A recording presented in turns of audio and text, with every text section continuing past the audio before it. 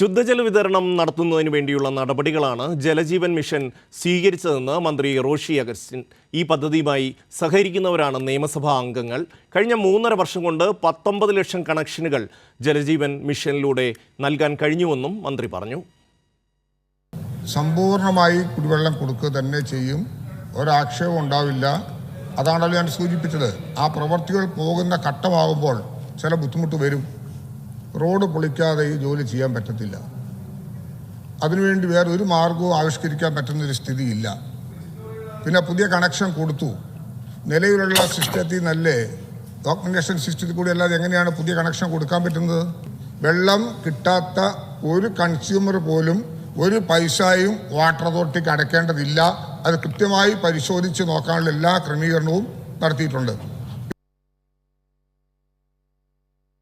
ഷീജ ചേരുന്നു. ഷീജ, എന്തൊക്കെയായിരുന്നു നിയമസഭയിൽ നടന്നത്?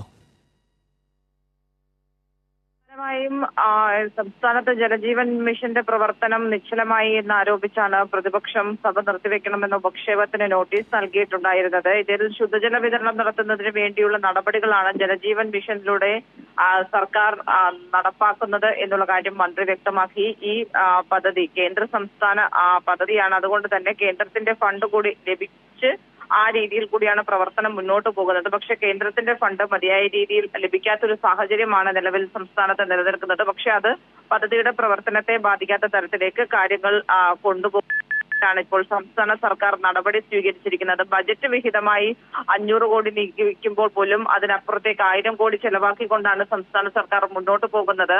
അതുകൊണ്ട് പ്രതിപക്ഷം അടക്കം ഈ വിഷയത്തിൽ പ്രതിപക്ഷ അംഗങ്ങളടക്കം സഹകരിച്ചാണ് മുന്നോട്ട് പോകേണ്ടത് എന്നുള്ള കാര്യമാണ് അദ്ദേഹം മുന്നോട്ട് വെച്ചത്.